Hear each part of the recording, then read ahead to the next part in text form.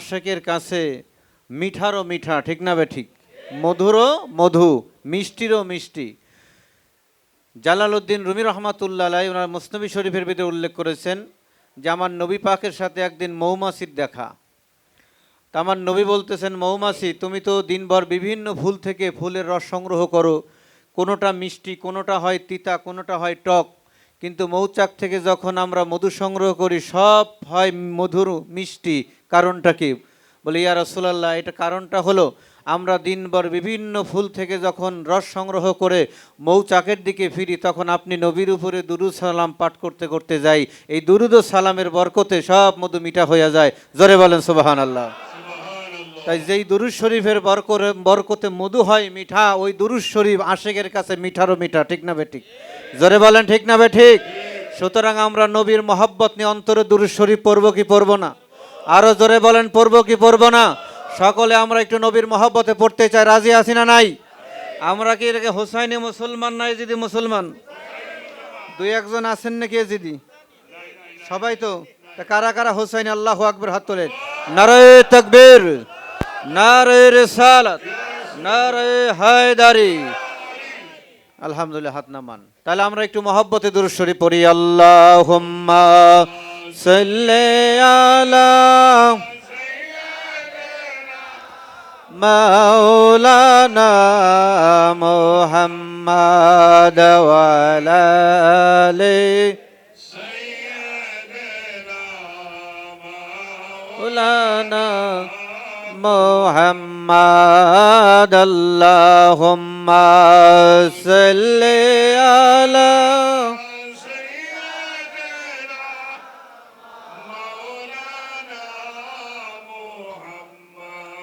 ওয়া আলা আলি সাইয়্যিদিনা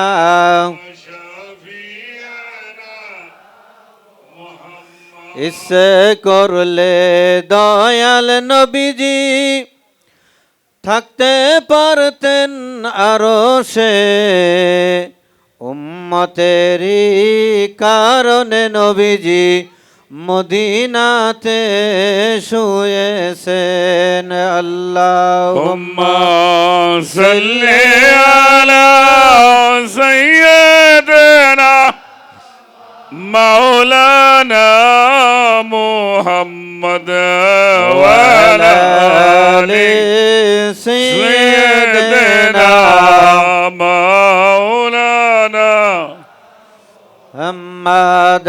আল্লাহুম্মা সাল্লি আলা সাইয়্যিদিনা মাওলানা মুহাম্মদ ওয়া আলা আলি সাইয়্যিদিনা মাওলানা মুহাম্মদ। আলহামদুলিল্লাহ, আজকের পবিত্র ঈদে গাদির খুম মাহফিল ও পবিত্র ফল ফাতিহা শরীফের অত্র দরবার শরীফের মধ্যমণি শাহ সুফি ফকির আবুল সরকার আল চিশতি নিজামি সহ আশেকান মুহিব্বিন ভক্তবৃন্দ, আশেক রসুল, মুহিব্বিন আহলে বাইত, মা ও ভগ্নীগণ, সকলের প্রতি আমার সালাম। আসসালামু আলাইকুম ওয়া রাহমাতুল্লাহি ওয়া বারাকাতুহু। ওয়ালাইকুম আসসালাম ওয়া রাহমাতুল্লাহি। আল্লাহ রাব্বুল আলামিন আমাদেরকে আজকের এই মহতি মাহফিলে আসার বসার তৌফিক দান করেছেন, সেই জন্য সেই মহান প্রভুর দরবারে লাখো কোটি শুকুর। সকল একটু মহব্বতের আওয়াজ করে বলি আলহামদুলিল্লাহ। আলহামদুলিল্লাহ, আরো জোরে বলি আলহামদুলিল্লাহ। আলহামদুলিল্লাহ। আজকে এমন একটা দিন, 18 জিলহজ, পবিত্র ঈদে গাদিরি খুম, যেটা কালের পরিক্রমায় আমরা অনেকেই ভুলেই গেছি, কিন্তু কোরআনে, হাদিসে, ইতিহাসের গ্রন্থে এখনো মুছে যায় না, এখনো এর ডকুমেন্ট আছে, ঠিক না বে ঠিক? আল্লাহ রসুল বলেছেন, মান তামাসসাকা বি সুন্নতি ইনদা ফাসাদি উম্মতি ফালাহু আজরা মিয়াতা শহীদি। ফিতনা ফাসাদের জামানায় যে ব্যক্তি আমি রসুলের একটা আদর্শ সুন্নতকে জাগ্রত করবে, সে 100 শহীদের মর্যাদা লাভ করবে। জোরে বলেন সুবহানাল্লাহ। তো মানাকিবে আলী বা মাওলা আলী কারামাল্লাহুল করিমের মানাকিব বা আজমত, ইজ্জত ওনার মাওলায়াত, এটা প্রচার করা খোদ আল্লাহ পাকের হুকুম। জোরে বলেন সুবহানাল্লাহ। খোদ রসুলুল্লাহর আদর্শ, রসুলুল্লাহর সুন্নত। সুতরাং এই সুন্নতকে যারা এই জামানায় জাগ্রত করবে তারা 100 শহীদের মর্যাদা লাভ করবে, ঠিক না বেঠিক? তা সেই সুন্নতের জাগরণের ব্যবস্থা এই অত্র দরবার শরীফের পীর সাহেব হুজুর কেবলা করেছেন, ঠিক না বেঠিক? জোরে বলেন ঠিক না বেঠিক? কালে পরিক্রমায় ইয়েজিদি চক্রান্তের কবলে ইসলাম যখন একেবারে জর্জরিত, সত্য যখন আমাদের কাছ থেকে দূরে সরে যাচ্ছিল, ঠিক ওই সময় আমরা এই দরবার শরীফের পীর সাহেব হুজুরের মাধ্যমে আমরা এই প্রকৃত যেই সত্য শাসিত ধর্ম ইসলাম, যেই ইসলাম যেদিন পরিপূর্ণতা লাভ করলো, যার কারণে লাভ করেছে, সেই মাওলা আলী কার্রামাল্লাহু ওয়াজহুল করিম ওনার সেই অভিষেকের অনুষ্ঠান আমাদেরকে উপহার দিয়েছেন, ঠিক না বেঠিক? জোরে বলেন ঠিক না বেঠিক? এই মাহফিলে যতক্ষণ বসে থাকবেন ততক্ষণ খোদার কসম আল্লাহর ইবাদতের মধ্যে থাকবেন। জোরে বলেন সুবহানাল্লাহ। এটা আমার কথা না, এটা আমার কথা না, খোদ মদিনার কামলিওয়ালার কথা। কিতাব খুলে দেখেন, জামেউস সগীর, ইমাম জালালউদ্দিন সিয়ুতি লিখেছেন মিশরি সাফার হাদিস। আল্লাহ রসুল বলছেন জিক্রু আলিউন ইবাদা, আলীর আলোচনা, আলীর জিকির করা ইবাদত। জোরে বলেন সুবহানাল্লাহ। আর এই মাহফিলটা হচ্ছে জিক্রে আলীর মাহফিল। সুতরাং যতক্ষণ বসা থাকবেন ততক্ষণ ইবাদতের মধ্যে থাকবেন। জোরে বলেন সুবহানাল্লাহ। দশম হিজরি, কত হিজরি? দশম হিজরি 632 খ্রিস্টাব্দ। দয়াল নবীজি দশম হিজরিতে জিলহজ মাসে মদিনা থেকে মক্কায় চলে গেলেন হজ করার জন্য। নবীজির এইটাই প্রথম হজ, এইটাই বিদায় হজ। যেটাই প্রথম ওইটাই শেষ। উমরা করছেন কয়েকবার, কিন্তু ওই বড় হজ এইটাই প্রথম, এইটাই শেষ। তা নবীজির সাথে ছিলেন 1.25 লক্ষ সাহাবি, 1,24,000 কম বেশি 1.25 লক্ষ সাহাবি ছিলেন। আল্লাহর নবীজি আরাফার ময়দানে, যেটা জিলহজের মাসের 9 তারিখ, যেটাকে আমরা হজের দিন বলি, যেখানে খুতবা দেওয়া হয়, আরাফার ময়দানে আল্লাহর নবীজি খুতবা দিয়েছিলেন। ওই দিন ছিল 9 জিলহজ, দশম হিজরি 632 খ্রিস্টাব্দ। 9 জিলহজ আমার দয়াল নবীজি খুতবা দিলেন আরাফার ময়দানে। ওই খুতবাটা আল্লাহর নবীজি দাঁড়িয়ে দেন নাই। নবীজির একটা উট ছিল, তার নাম ছিল কাসোয়া। এই কাসোয়া নামক উটের পিঠে বসে দয়াল নবীজি খুতবা দিয়েছিলেন। জোরে বলেন সুবহানাল্লাহ। তিরমিজি শরীফের হাদিস, কিতাবুল মানাকেব আহলে বাইত 3786 নম্বর হাদিস। আল্লাহর নবীজি খুতবা দিলেন, ভাষণ দিলেন। ভাষণ দেওয়ার এক পর্যায়ে, শেষ পর্যায়ে বললেন, ইয়া আইয়ুহান নাস ইন্নী কদ তারাকতু ফিকুম মা ইন আখাযতুম বিহি লান তাদিল্লু কিতাবাল্লাহি ওয়া ইতরাতে আহলি বাইত। ও লোক সকল, দয়াল নবীজির সম্মুখে 1.25 লক্ষ সাহাবি। এই 1.25 লক্ষ সাহাবি না, কিয়ামতের আগে যত মানুষ দুনিয়াতে আসবে সমস্ত মানুষকে ইন্ডিকেট করে আল্লাহ নবী বললেন, ও লোক সকল, আমি তোমাদের কাছে এমন জিনিস রেখে গেলাম, যদি শক্ত করে ধরো। কি করে? আলগা করে না, কিন্তু শক্ত করে ধরো। শক্ত করে যদি ধরো, জীবনে কোনোদিন পথভ্রষ্ট হবে না। তার একটা হলো কিতাব আল্লাহ, আল্লাহর কোরআন। কিতাব আল্লাহ, আল্লাহর কিতাব আল কোরআন, ওয়া ইতরাতে আহলি বাইত। আর একটা হলো আমি নবীর আহলি বাইত, আলী, ফাতেমা, হাসান, হুসাইন। জোরে বলেন সুবহানাল্লাহ। সুবহানাল্লাহ। তাহলে নবীজি আমাদের কাছে রেখে গেলেন কয়টা জিনিস? জোরে বলেন কয়টা জিনিস? কোরআন আর আহলে বাইত। এখন যদি কেউ বলে যে নাজাতের জন্য, আমাদের পরিত্রাণের জন্যই কোরআনই যথেষ্ট, তাহলে এই কথাটা কি হাদিস অনুযায়ী কি সঠিক না ভুল? জোরে বলেন, আরো জোরে বলেন। কেন? রসুলে পাক সাল্লাল্লাহু আলাইহি ওয়াসাল্লাম আমাদের জন্য রেখেছেন 2টা জিনিস। কয়টা জিনিস? কোরআন আর আহলে বাইত। এর পরবর্তীতে হাদিসে, এই তিরমিজি শরীফের তার পরের হাদিসে আসছে যে এই 2টার মর্যাদা, একটার মর্যাদা আর একটার উপরে। জোরে বলেন সুবহানাল্লাহ। কোরআনের মর্যাদা আহলে বায়াতের উপরে, আহলে বায়াতের মর্যাদা কোরআনের উপরে, কোরআনের মর্যাদা আহলে বায়াতের উপরে। তার মানে কোরআন আর আহলে বায়াত সমান সমান, ঠিক না ঠিক? তা কোরআন আর আহলে বায়াত যদি সমান সমান হয়, তাহলে নবীর মর্যাদা কোরআনের উপরে না নিচে? জোরে বলেন, আরো জোরে বলেন। আমার নবীজির মর্যাদা কোরআনের উপরে। জোরে বলেন সুবহানাল্লাহ। আমার নবী কোরআনের মুহতাজ নয়, স্বয়ং কোরআন আমার নবীর মুহতাজ। আমার নবী কোরআনকে অনুসরণ করে না, স্বয়ং কোরআন আমার নবীকে অনুসরণ করে। প্রমাণ, আমার নবী গারে হেরায় কোরআন কি নাজিল হয়েছে কি মদিনায়? নবীজি মক্কায়, কোরআন নাজিল হয়েছে মদিনায়। নবীজি মদিনায় কোরআন নাজিল হয়েছে, মক্কা এরকম কোনো ঘটনা করছে? আমার নবীজি হেরা গুহায়, পর্বতের মধ্যে হেরা গুহার মধ্যে কোরআন নাজিল হয়েছে ওইখানে। আমার নবী মক্কায়, কোরআন নাজিল হয় মক্কায়। আমার নবী মদিনায়, কোরআন নাজিল হয় মদিনায়। আমার নবী জিহাদের ময়দানে, কোরআন নাজিল হয় জিহাদের ময়দানে। ঠিক না বেঠিক? তার মানে আমার নবী যেখানে যায়, কোরআন আমার নবীকে অনুসরণ করে ওখানে যায়। আমার নবী কোরআনকে অনুসরণ করে না, স্বয়ং কোরআন আমার নবীকে অনুসরণ করে। জোরে বলেন সুবহানাল্লাহ। নারায়ে তাকবীর, আল্লাহু আকবার, নারায়ে তাকবীর, আল্লাহু আকবার। নারায়ে রিসালাহ, ইয়া রাসূলুল্লাহ, নারায়ে রিসালাহ, ইয়া রাসূলুল্লাহ, নারায়ে হায়দারি, ইয়া আলী, ইয়া আলী, নারায়ে হায়দারি। ইয়া আলী, ইয়া আলী। সুতরাং আহলে বাইত আর কোরআন সমমর্যাদার হলে আমার নবী কোরআনের উপরে। জোরে বলেন ঠিক না বেঠিক? এই জন্য হাদিস অনুযায়ী প্রমাণ, আমার নবীর সম্মান কোরআনের উপরে। ঠিক না বেঠিক? আল্লাহ বুঝার তৌফিক দান করেন, সকলে বলেন আমিন। আরো জোরে বলেন আমিন। এই জন্য আল্লাহ নবী বলেছেন, বুইস্তু মুআল্লিম, আমি নবী আবির্ভূত হয়েছি তোমাদের কাছে শিক্ষক হিসাবে। জোরে বলেন সুবহানাল্লাহ। ইউনিভার্সিটিতে বা যারা প্রাইমারিতে পড়ায় যে শিক্ষক, উনি একজন ডিগ্রি পাস, কিন্তু পড়ায় কি সর সরেয়া ক খ রস্বই দীর্ঘ। ঠিক না বেঠিক? এখন কেউ যদি কোনো ছাত্র বলে আমিও সরে সরেয়া পড়ি, স্যারও পড়ে, স্যার আর আমি সমান সমান। জোরে কান নাউজুবিল্লাহ। আমার নবী হলো কি মুআল্লিম, শিক্ষক। জোরে বলেন ঠিক না বেঠিক? এই জন্য আমরা অনেক সময় তরিকতের মধ্যে আমরা যারা আছি, আমরা আদবের বরখেলাপ করি। কিভাবে বরখেলাপ করি জানেন? আল হাবিলিল ফতোয়া কিতাবের মধ্যে জালালউদ্দিন সুয়ুতি উনি আবদালদের পরিচয় দিয়েছেন। ওলি আল্লাহদের একটা উচ্চ মাকাম আছে আবদাল। আবদাল শব্দটা বদল থেকে, বদল মানে হলো পরিবর্তনশীল। যেই আল্লাহর ওলি একই সময় বিভিন্ন জায়গায় হাজির হইতে পারেন, তাদেরকে বলা হয় আবদাল। এই জন্য তরিকতের একজন মুরিদের আদব হচ্ছে তার পীরকে কোনোদিন নামাজের কথা বলতে না যে বাবা নামাজের সময় হয়ে গেছে। কথা বলছেন নি? কেন? কেন? অলি আল্লাহর আবদাল, ওই অলি আল্লাহ একই সময় এইখানে থাকবে, একই সময় মক্কার কাবা ঘরে নামাজ আদায় করে। সুবহানাল্লাহ বলেন। এটা হলো আদব। কিন্তু আমরা অনেকে আছি, একটু আমাদের সমস্যা, মানে আলে খাটো। আমরা অনেক সময় অলি আল্লাহরে, আরে স্বয়ং না, অলি আল্লাহ তো আল্লাহর জাতে মিশে স্বয়ং নামাজ হয়ে গেছে। ঠিক না বা ঠিক? জোরে বলেন ঠিক না বা ঠিক? তাহলে তাকে তুমি নামাজের তাগিদ দেবা কেন? হ্যাঁ, ভালো করে মনোযোগ দেবেন। এই জন্য বদল বা আবদাল শ্রেণ অলি আল্লাহ, তারা কি করে একই সময়ে। এই জন্য আমরা তালিমে পঞ্চ ওজুদ পাই, পাঁচটা ওজুদ আছে না?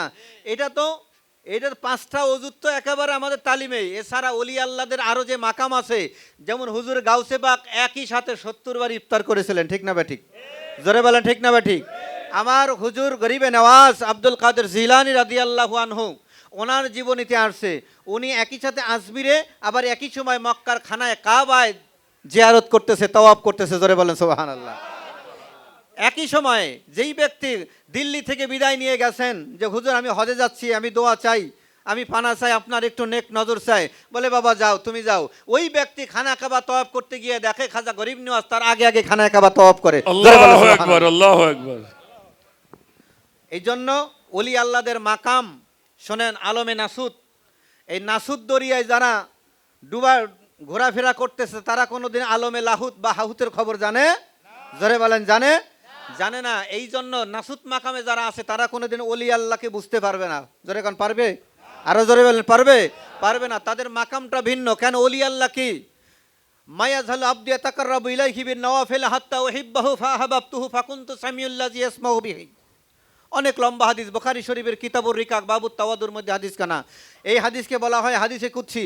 আল্লাহ পাক বলেন, বান্দা যখন নফল বন্দিগি করে, বন্দিগি করতে করতে ওই বান্দা থাকে, বান্দা আর বান্দা থাকে না, ওই বান্দা আমি আল্লাহর বন্ধু হয়ে যায়, মানে অলি আল্লাহ হয়ে যায়।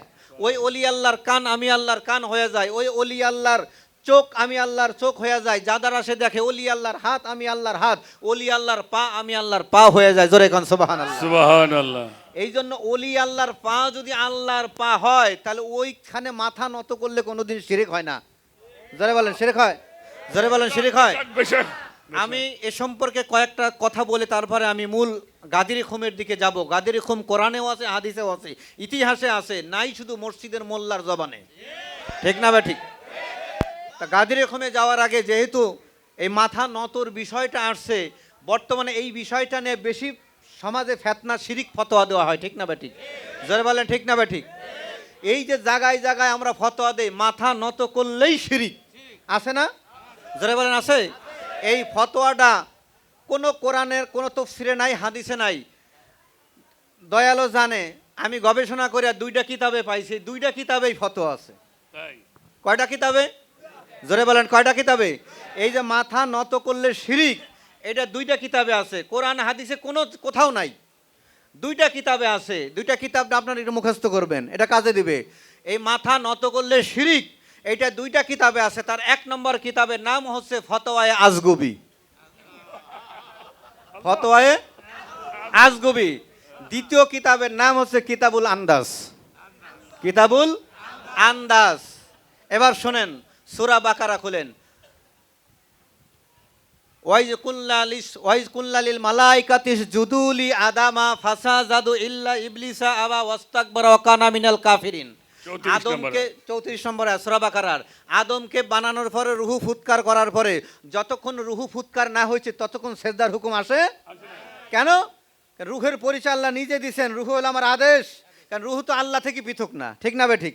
যতক্ষণ রুহু ফুৎকার না করেছে ততক্ষণ সেজদার হুকুম হয় নাই। যখন রুহু ফুৎকার হয়েছে তখন সেজদার হুকুম হয়েছে। উসজুদুলি আদামা, আদমকে সেজদা দাও। ফাসা জাদু, সকলে সেজদা দিল। ইল্লা ইবলিসা, ইবলিস সেজদা দিল না। আবা ওয়াস্তাকবারা, অহংকার করলো। ওয়াকানা মিনাল কাফিরিন, সে কাফের হয়ে গেল। তাহলে দেখা গেল আল্লাহর আইনে কি ছিল? আদমকে সেজদা দাও। আল্লাহর আইনে কি? আদমকে সেজদা দাও। তা সেজদা দিল না ইবলিস, সেজদা না দেওয়ার কারণে হয়েছে কাফের, ঠিক না বা ঠিক? আর বর্তমানে উল্টে হয়ে গেছে, এখন আমরা আদমরে সেজদা দিলে আমাদের কয় কাফের, কি ঠিক না বে ঠিক? সুন্নাত আল্লাহে লা তাবদিলা। আল্লাহ কোরআনে বলেন, আমি আল্লাহর আইন বদলাই না। আল্লাহর আইন বদলাই না, মোল্লার আইন বদলায়, দুনিয়ার আইন বদলায়, আল্লাহর আইন বদলায় না। আল্লাহর আইনে হচ্ছে আদমকে সেজদা না দিলে কাফের, আর মোল্লার আইনে হচ্ছে আদমকে সেজদা দিলে কয় কাফের, ঠিক না ব্যাটিক? এখন আপনারা আল্লাহর আইন মানবেন না মোল্লার আইন মানবেন? কারা কারা আল্লাহর আইন মানবেন? 2 হাত তোলেন। নারায়ে তাকবীর, নারায়ে রিসালাত, ইয়া রাসূলুল্লাহ, নারায়ে হায়দারি, ইয়া আলী, নারায়ে হায়দারি। ইয়া আলী। আলহামদুলিল্লাহ, হাত নামান। তাহলে আল্লাহর আইনে মাথা নত না করলে হয় কাফের, ঠিক না বা ঠিক? জোরে বলেন ঠিক না বা ঠিক? সুতরাং যেইখানেতে সেজদা দিলে সহজেতে খোদা মেলে, নাউজুবিল্লাহ বলে কিছু কিছু কাঠমোল্লায়, কি আছে না নাই? জোরে বলেন আছে না নাই? তাহলে সেজদা দেওয়ার হুকুম করেছেন আল্লাহ, না দেওয়ার কারণে ইবলিশ হয়ে গেল কাফের। তাহলে আল্লাহর আইনে মাথা নত না করলে, আদমের কাছে মাথা নত না করলে কাফের হয়, ঠিক না বা ঠিক? জোরে বলেন ঠিক না বা ঠিক? এবার আসেন কদম বুসি।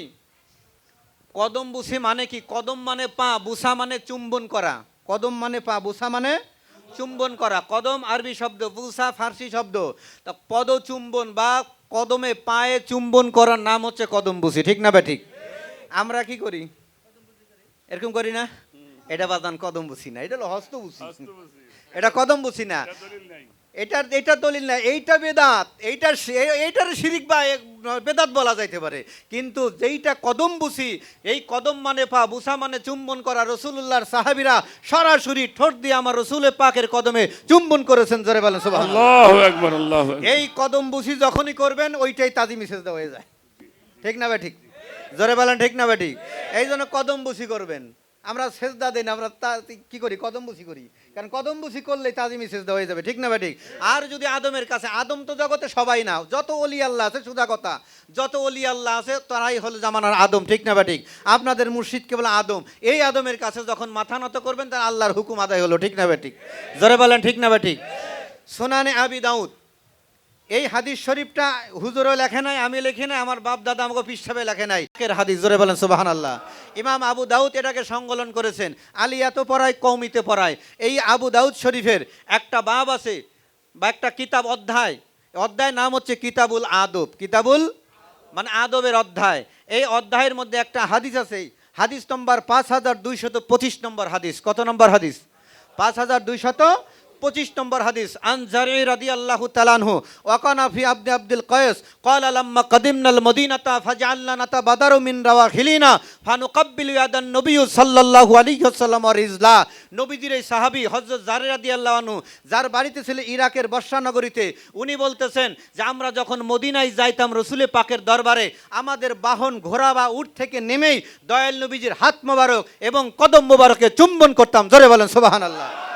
তা রসুলে পাক যখন দরবারে রেসালাতে থাকতেন, দাঁড়িয়ে থাকতেন বা বসে থাকতেন, সাহাবীরা আসতেন, রসুলের হস্ত মোবারকে চুম্বন করতেন এবং যখন কদমে চুম্বন করতেন তখন মাথা নত হইতো কি হইতো না?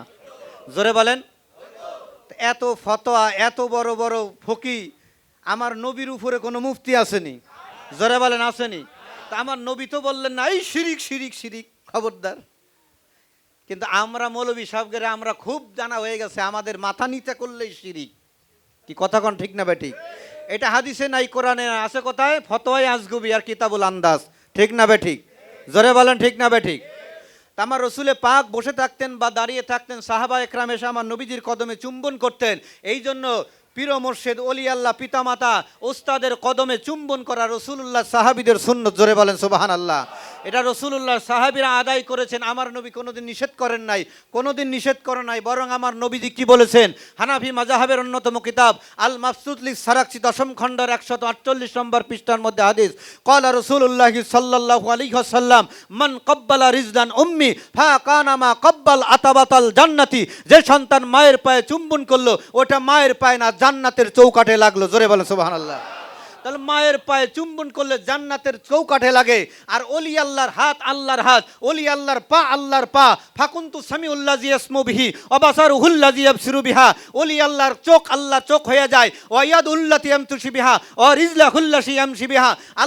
আল্লাহ পাক বলেন ওলি আল্লাহর হাত হয়ে যায়, আর ওলি আল্লাহর কদম হয়ে যায়, ওলি আল্লাহর পা হয়ে যায়। মায়ের পায়ে চুম্বন দিলে যদি জান্নাতের চৌকাঠে লাগে, আরে ওলি আল্লাহর কদমে চুম্বন দিলে তো খোদ আল্লাহর দরবারে গিয়ে লাগে। জোরে বলেন ঠিক না বেটি?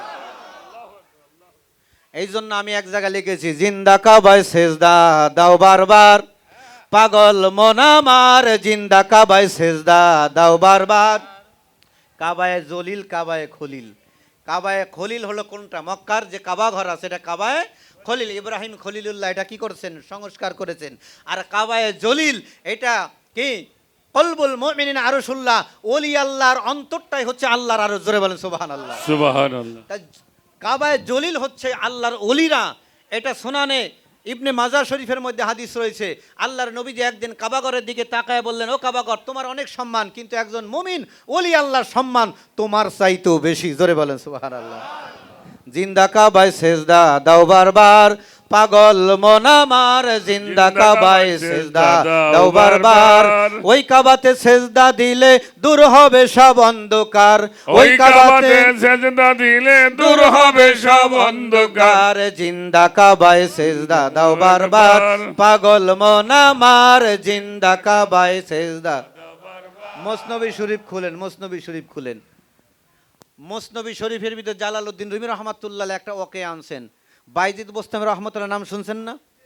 হ্যাঁ, নাম শুনছেন না? উনি হজে যাচ্ছেন। এই বাইজিদ বোস্তামি রহমতুল্লাহ আর একটা কাহিনী আমি আপনাদেরকে শোনাই, যে অলি আল্লাহদের মাকাম কত বড়। তাসকিরাতুল আউলিয়া প্রথম খণ্ড খুলে দেখবেন, আউলি আল্লাহে আরশুল্লাহ, অলি আল্লাহরা হচ্ছেন আল্লাহর আরশ। জোরে বলেন সুবহানাল্লাহ। তা বাইজিদ বোস্তামির এক মুরিদ রাত্রে স্বপ্ন দেখতেছে আল্লাহর আরশ মাথায় নিয়ে হাঁটতেছে। কি স্বপ্ন দেখতেছে? আল্লাহর আরশ মাথায় নিয়ে হাঁটতেছে। তো এই মুরিদ স্বপ্নর ব্যাখ্যা জানার জন্য সকালবেলা রওনা দিয়েছে দরবারে, যে আমার পীর মুর্শিদ বাইজিদ বোস্তামি রহমাতুল্লাহ আলাইহিকে জিজ্ঞেস করবো যে দয়াল এই স্বপ্নের ব্যাখ্যাটা কি। যা দেখে যে বাইজিদ বোস্তামি ইন্তেকাল করছেন, জানাজাও হয়ে গেছে, দাফন করার জন্য কবরের দিকে মাজারের দিকে নিয়ে যাইতেছেন। এত লোক, এই মুরিদের আফসোস যে আমার দয়ালের একটু দেহ মোবারকটা আমি একটু খাটটা নিতে পারলাম না। চারদিকে ঘুরছেন, কোনো পাশে চান্স পানা, এত লোক। অগত্যা ওই মুরিদ খাটের নিচে গিয়ে মাথাটা ট্যাক লাগাইছে। যখনই ট্যাক লাগাইছে তখনই খাটের ভিতর থেকে বাইজিদ বোস্তামি বলেন, বাবা তোমার স্বপ্নের ব্যাখ্যা এটাই। জোরে বলে সুবহানাল্লাহ। এই বাইজিদ বোস্তামি হজে যাচ্ছেন। মুসনবী শরীফের মধ্যে জালালউদ্দিন রুমি রহমাতুল্লাহ বলেন, উল্লেখ করেছেন, এক দরবেশের সাথে দেখা। তা বলতেছে, এই তুমি কোথায় যাচ্ছ? বলে, যাচ্ছি তো মক্কায় তাওয়াফে বাইতুল্লাহ করার জন্য। কয় কত টাকা আছে সাথে? কয় 700 দিরহাম। কত টাকা? 700 দিরহাম। কয় টাকাগুলো আমার কাছে দে, আর আমার 4-5 7টা তওয়াব করে বাড়ি যাবে। আর বাইজিদ বস্তর রহমাতুল্লাহ এই কথার উপর ইমান চলে আসছে। ইমান, উনি আল্লাহর ওলিকে 700 দিরহাম দিয়ে দিয়েছেন। দিয়ে দেওয়ার পরে 7টা চক্কর মারা বাড়িতে গেছেন, ঘুমাইছেন। আল্লাহ কয় তোর হজে আকবার আদায় হয়ে গেছে। জোরে কোন সুবহানাল্লাহ। সুবহানাল্লাহ, সুবহানাল্লাহ। এই জন্য দেওয়ান আব্দুল আজিজ রহমাতুল্লাহ উনি লিখছেন, পীরের সাথে সাক্ষাৎ করা, কাবা ঘর তওয়াব করা, হাজার হজের সওয়াব, তাতে সন্দেহ কি? ওরে পীর সারা খোদার ভজনাকে শিখাইছে এই ভাষে কি? পীরের মক্কর বুঝবি কি রে জ্ঞানন্দ থা কিলে আখি। ঠিক না বে ঠিক? যারা বলেন ঠিক না বে ঠিক? এই জন্য তরিকতের আদব হচ্ছে, কোন মুরিদ যদি খোদ মক্কাও যায় তবু পীরের অনুমতি নিয়ে যাবে। কোন মুরিদ যদি কোনো অলি আল্লাহর দরবারে যায়, কোনো অলি আল্লাহর মাজার জিয়ারতে যায়, এটা ভালো বরকতময়, কিন্তু পীরের অনুমতি নিয়ে যাবে। জোরে বলেন ঠিক না বে ঠিক? কেন? আপনা আপনা পীর ও মুর্শিদ তার মুরিদের কাছে জগতের শ্রেষ্ঠ অলি, গাজামানার গাউসুল আজম, এটাই বিশ্বাস করতে হবে। ঠিক না বে ঠিক? জোরে বলে ঠিক না বে ঠিক? এখন শোনেন, এই যে কদমের আর একটা কথা বলে আমি গাদির দিকে চলে যাব। আমরা যারা হজে যাই, আমাদের দেশে তো আমরা এই মাথা নত করলে, অলি আল্লাহর পায়ের কাছে মাথা নত করলে শিরিক শিরিক, কিন্তু মক্কার কাবাগরে গিয়ে এমন এক জায়গায় সেজদা দেওয়া লাগে, ওই জায়গায় সেজদা না দিলে হজ হয় না। সূরা বাকারা আয়াত নম্বর 25, অত্তাখিযু মিন মাকাম ইব্রাহিম মুসাল্লা। আল্লাহ পাক বলেন, তোমরা মাকাম ইব্রাহিমকে নামাজের জায়গা বানাও, নামাজের মুসল্লা বানাও। জোরে বলেন সুবহানাল্লাহ। মাকাম ইব্রাহিম কি? এটার নাম শুনছেন, এই ব্যাখ্যাটা কোনোদিন মোল্লারা দেয় না। এই মোল্লারা যদি মাকাম ইব্রাহিমের ব্যাখ্যা দেয়, তাহলে কদম বুসি তাজিমি সেজদা জায়েজ হয়ে যায়। মাকাম ইব্রাহিম কি? যারা মক্কার কাবা ঘরে গেছেন, ঠিক কাবা ঘরের যেই পাশে হাজরে আসওয়াদ, ঠিক আসওয়াদের সামনে স্বর্ণ দিয়ে বাঁধানো, গ্লাস দিয়ে আটকানো মাকামে ইব্রাহিম রয়েছে। মাকামে ইব্রাহিমটা প্রকৃতপক্ষে কি? ভালো করে শোনেন। ইব্রাহিম আলাইহিস সালাম যখন নূহ নবীর প্লাবনে কাবাঘর যখন একটু ভেঙে চুরে গেল, তখন নূহ আলাইহিস সালাম ইসমাইল নবীকে নিয়ে, এই ইব্রাহিম আলাইহিস সালাম ইসমাইল নবীকে নিয়ে ওটা কি করলেন? মেরামত করলেন, সংস্কার করলেন। একটা পাথরের উপরে দাঁড়ায় উনি কাবাঘর সংস্কার করতেন। এই পাথরটা ছিল লিফটের মতন, যখন উপরে ওঠার দরকার হতো পাথরটা আস্তে আস্তে বাড়তো, আবার যখন নিচে নামার দরকার হতো পাথরটা আস্তে আস্তে নিচু হইতো। আল্লাহ ডাক দেখায়, ও পাথর, আমার বন্ধু খলিল, এই ইব্রাহিম খলিল এর পায়ের ছাপটা তোমার দেহের মধ্যে আটকায় নাও। জোরে বলেন সুবহানাল্লাহ। তো পাথর নরম হয়ে গেল, ইব্রাহিম নবীর পায়ের চিহ্নটা, পায়ের ছাপটা পাথরে আটকায় গেল। এর নাম হলো মাকাম ইব্রাহিম। জোরে কান সুবহানাল্লাহ। তা ইব্রাহিম নবীর হাত ছিল না, কপাল ছিল না, গাল ছিল না, তা আল্লাহ তো এইগুলোরও ছাপ নিতে পারতেন না? কেন? আল্লাহ জানে যে দুনিয়ায় এমন কিছু বান্দা আসবে যারা কদমের কদর করবে না। এই জন্য আল্লাহ নিদর্শন রেখে দিলেন খোদ মক্কার কাবাঘরে। জোরে বলেন সুবহানাল্লাহ।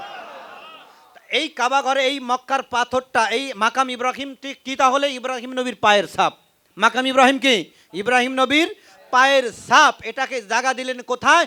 খোদ মক্কার কাবাঘরে। আল্লাহ ঘোষণা দিলেন সূরা বাকারা 125 নম্বর আয়াত, ওয়াত্তাখিযু মিন মাকামি ইব্রাহিমা মুসাল্লা। ও দুনিয়ার মানুষ, তোমরা মাকাম ইব্রাহিমকে নামাজের জায়গা বানাও। এই জন্য জগতের যত মুসলমান মক্কার কাবাঘরে যায় হজ করার জন্য, উমরা করার জন্য, মক্কার কাবাঘর 7 বার তওয়াফ করার পরে 2 রাকাত নামাজ পড়তে হয় উমরা বা হজের নিয়তে। এই 2 রাকাত নামাজ মক্কার কাবাঘরে যেখানে সেখানে পড়লে হবে না। ওয়াত্তাখিযু মিন মাকামি ইব্রাহিমা মুসাল্লা, ওই মাকাম ইব্রাহিমকে সামনে নিয়ে 2 রাকাত নামাজে 4টা সেজদা দেওয়া লাগে। জোরে কোন সুবহানাল্লাহ। আল্লাহ কয়, দুনিয়াতে পায়ের কদর করবি না, আয় মক্কায় আয়, কানে দইরা পায়ের কাছে মাথা নত করাই ছাড়বো। ঠিক না বে ঠিক? জোরে বলেন ঠিক না বে ঠিক? এই জন্য এখন সৌদি সরকার এটি করছে, লোক অনেক বেশি হয় তো, এই জন্য ঠিক ওর অপোজিটে একটু দূরে বাউন্ডারি করে দিছে, যাতে সেজদাটা মাকাম ইব্রাহিমের সামনে পড়ে। কথাটা বুঝছেন নি?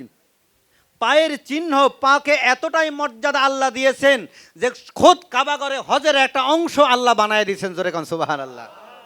আজ থেকে পায়ের কদর করবেন কি করবেন না? জোরে বলেন, করবেন কি করবেন না? নিচু হন, নিচু জায়গায় পানি জমে। ঠিক না ভাই ঠিক? যে যত নিচু হতে পারবেন সে তত উপরে উঠতে পারবেন। ঠিক না ভাই ঠিক? 1 কেজির পাথর দেখছেন না? এখন তো ওই যে ডিজিটাল 1 কেজির উপরে কি পায়? 500 গ্রাম না? তার ভারে কত? 200, তার ভারে 50, তার ভারে 200-র ভারে 100, 100-র উপরে কত? 50, তার ভারে কত? তারপরে 20, এই 20-এর উপর তো এটাই তো ছোট। দেন ছোট ওইসে বিদায় উপরে উঠতে পারছে, ঠিক না ভাই? ঠিক যারা বলেন ঠিক না ভাই? ঠিক। এই জন্য প্রিয় মসজিদের কদমে নিজেকে বিসর্জন দিয়ে দেন, আমিত্ব মিটা দো হাস্তি, নিজের হাস্তিকে মিটায় দেন, মুসলমান হন। মুসলমান মানে কি? আত্মসমর্পণকারী। মুসলমান মানে কি? ইয়া আইয়ুহাল্লাযীনা আমানুত্তাকুল্লাহা হাক্কা তুকাতিহি ওয়া লা তামুতুন্না ইল্লা আনতুম মুসলিমুন। তোমরা মুসলমান না হয়ে মরিও না, ও আমানুরা। আমরা যারা এখানে আছি, যারা এখনো মুরিদ হই নাই, এরা হলো আমানু, এরা হলো জন্মসূত্রে মুসলমান। এরা কি? আর যারা পীরের কাছে মুরিদ হয়েছে, এরা হলো হাকিকতে মুসলমান। এদিকে আমি আলোচনা যাব না, এদিকে আলোচনা গেলে অনেক লম্বা আলোচনা। আল্লাহর রাসূল সাল্লাল্লাহু আলাইহি ওয়াসাল্লাম বিদায় হজ 9 জিলহজ আরাফার ময়দানে ভাষণ দিলেন, আমি তোমাদের কাছে দুটি বস্তু রেখে গেলাম, একটা হলো কিতাব আল্লাহ আল কোরআন, আর একটা হলো ইত্রাতে আহলি বাইত। কি? নবীর আহলে বাইত আলী ফাতেমা হাসান হুসাইন। নবীর যে আহলে বাইত আলী ফাতেমা হাসান হুসাইন, এরাই যে প্রকৃত আহলে বাইত, এটার দলিল সূরা আহজাব আয়াত নম্বর 33, ইন্নামা ইরিদুল্লাহ লিইউযহিবা আনকুম রিজসা আহলাল বাইতি ওয়া ইউতাহহিরাকুম তাতহিরা।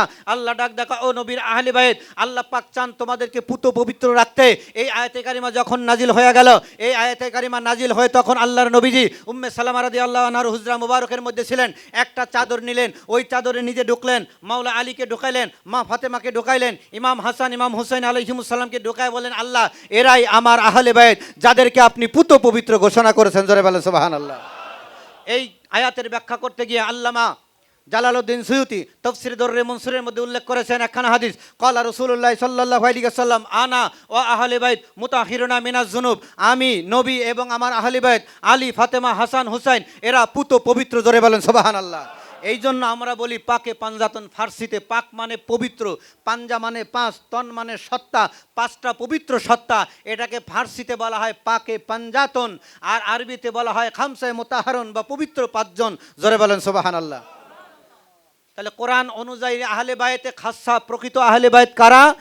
নবীর আহলে বাইত হচ্ছে মাওলা আলী, মা ফাতেমা, ইমাম হাসান, ইমাম হুসাইন। এরা হচ্ছে কি 4 জন আহলে বাইত, আর আমার নবী সহ হয় পাকে পাঞ্জাতন। ঠিক না ঠিক? তা আমার নবী বললেন কি, ইয়া আইয়ুহান নাস ইন্নী কদ তারাকতু ফিকুম মা ইন আখাযতুম বিহি লান তাদিল্লু কিতাবাল্লাহি ওয়া ইত্রাতে আহলি বাইত। ও লোক সকল, আমি তোমাদের কাছে এমন জিনিস রেখে গেলাম, যদি শক্ত করে ধরো জীবনে কোনোদিন পথভ্রষ্ট হবে না। তার একটা হলো কিতাব আল্লাহর কোরআন, এবং আরেকটা হলো আহলে বাইত আলী ফাতেমা হাসান হুসাইন। এই দুইটা জিনিসকে যারা শক্ত করে ধরবে, তারাই হবে সত্য শাশ্বত পথের অনুসারী। জোরে বলেন ঠিক না বেঠিক? আর যারা একটা ধরবে, কোরআন ধরেছে কিন্তু নবীর আহলে বাইত ছেড়ে দিয়েছে, এরা কোনোদিন সঠিক পথের দল হইতে পারে? এরা ভ্রান্ত দল। আমার নবী বলেন উম্মতে মুহাম্মাদের মধ্যে দল হবে 73টা, 72টা হবে পথভ্রষ্ট, একটা হবে ফেরকায়ে নাজিয়া, নাজাতপ্রাপ্ত দল। এই নাজাতপ্রাপ্ত দল কারা? যারা কোরআন আর আহলে বাইতকে আঁকড়ে ধরেছে। ধরে বলেন সুবহানাল্লাহ। বিদায় হজের ভাষণ দিলেন। সেই বিদায় হজের ভাষণ শেষ করে 10 তারিখ আল্লাহর নবীজি হজের বাদবাকি কাজ শেষ করলেন, দিয়ে আর 2-3 দিন ওখানে স্টপ দিলেন, ওখানে বিশ্রাম নিয়ে 14 জিলহজ আল্লাহর নবীজি মক্কা থেকে মদিনার উদ্দেশ্যে রওনা দিলেন। 14 জিলহজ রওনা দিলেন। রওনা দেওয়ার পরে মক্কা আর মদিনার এই মাঝামাঝি জায়গায় একটা জায়গা আছে, জায়গার নাম হলো জুহফা। এই জুহফা একটা গ্রাম, এখানে একটা খুম নামক একটা জলাশয় আছে। খুম নামক জলাশয়, গাদিরে খুম, গাদির মানে হলো জলাশয়, খুম মানে জলাশয়ের নাম হচ্ছে খুম নামক জলাশয়। ওই জায়গা যখন আল্লাহর নবীজি ওখানে যখন হাজির হলেন, হাজির হওয়ার পরে দয়াল নবীজির উপর প্রতি একখানা কোরআনের আয়াত নাজিল হলো, যেটা সূরা মায়েদার 67 নম্বর আয়াত, ইয়া আইয়ুহার রাসূল বাল্লিগ মা উনজিলা ইলাইকা মির রাব্বিক ওয়া ইল্লাম ফামা বাল্লাগতা রিসালা ওয়া ইল্লাম তাফআল ফামা বাল্লাগতা রিসালা। হে রাসূল, আপনার রবের পক্ষ থেকে যাহা নাজিল হয়েছে উহাই প্রচার করুন, যদি প্রচার না করেন আপনার রিসালাত পরিপূর্ণ হবে না। কি এমন কথা, যেই কথা যদি রসুল প্রকাশ না করেন, প্রচার না করেন, তাহলে রিসালাত মানে ইসলাম পরিপূর্ণ হবে না, এই ইসলামের কোনো হুকুম আহকাম পরিপূর্ণ হবে না। কি এমন কথা, যেই কথাটাকে আল্লাহ পাক স্মরণ করায় দেওয়ার জন্য নবীর উপরে আয়াত নাজিল করলেন, হে রাসূল আপনার প্রতি যাহা নাজিল হয়েছে উহা প্রচার করুন। কি প্রচার করবেন এটা কিন্তু আমরা জানি না। আমরা জানি? আমরা জানি না, কিন্তু বোঝা যাচ্ছে যে আল্লাহ পাক কিছু একটা নাজিল করেছিলেন, কিন্তু নবীজি একটু দেরি করতেছেন বিদায় আল্লাহ পাক নবীকে আবার স্মরণ করায় দিলেন। এইটাই বোঝা যায় আয়াতে, ঠিক না ঠিক? ইয়া আইয়ুহার রাসূল বাল্লিগ মা উনজিলা ইলাইকা মির রব্বিক, হে রাসূল বাল্লিগ মানে প্রচার করুন, মা উনজিলা ইলাইকা মির রব্বিক, আপনার রবের পক্ষ থেকে যাহা নাজিল হয়েছে। ওয়াইল্লাম তাফআল ফামা বাল্লাগতা রিসালা, যদি ওইটা প্রচার না করেন তাহলে আপনার রিসালাত পরিপূর্ণ হবে না, এই যে দ্বীন ইসলাম এটা পরিপূর্ণ হবে না। তাহলে কি এমন কথা, যেই কথা প্রচার না করলে দিন পরিপূর্ণ হবে না? তার মানে এই কথাটা ছোটোখাটো কথা না, খুব গুরুত্বপূর্ণ একটা ভারী কথা। জোরে বলেন ঠিক না বেঠিক? জোরে বলেন ঠিক না বেঠিক? তখন আল্লাহ নবী সাল্লাল্লাহু আলাইহি ওয়াসাল্লাম সাহাবীদেরকে ডাকলেন, বিশেষ করে বেলাল রাদিয়াল্লাহু আনহুকে বললেন যে তুমি কিছু সাহাবীদের গাট্টি বুকসা নিয়ে একটা স্টেজ বানাও।